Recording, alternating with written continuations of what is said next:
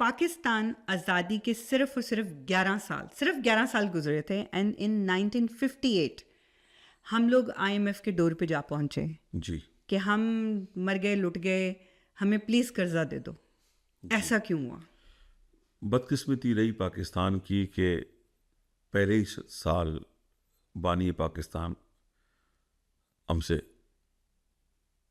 अल्लाह ताला का प्यार हो मतलब अल्लाह को प्यारे हो गए। वरना मैंने तो ये सुना है कि हज़रत कायद आज़म रहमतुल्लाह अलैह अपनी चाय का बिल भी खुद दिया करते थे, और वही सूरत हाल रहती तो शायद वो सिलसिला मुस्तकिल रहता। ऐसे बहुत सारे किस्से हैं जी। कायद के कि आप खाने पीने में रियासत का फंड्स इस्तेमाल नहीं करते थे। उसके बाद तो जी हमारी जो एक चेयर है वज़ीर आज़म की, वो लाखों की है, जबकि मैं यहाँ की ब्रिटिश पार्लियामेंट में चेयर देखता हूँ वो लकड़ की बनी हुई है।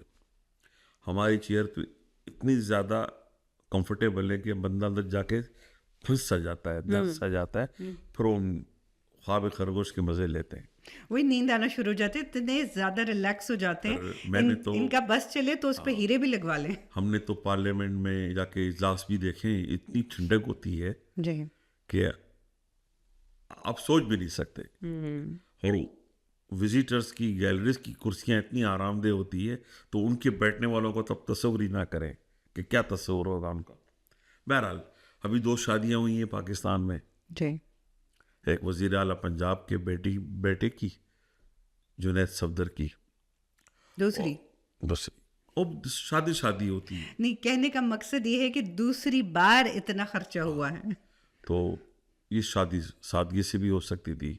अभी मैं पढ़ रहा था कल ही शायद कि किसी की बेटी की घड़ी कितने करोड़ की थी, किसी का बैग कितने लाखों का था, किसी का गरारा, और फिर वो कोई खातून ने उसका गेटअप और जो उसकी सर्जरी वगैरह हुई है।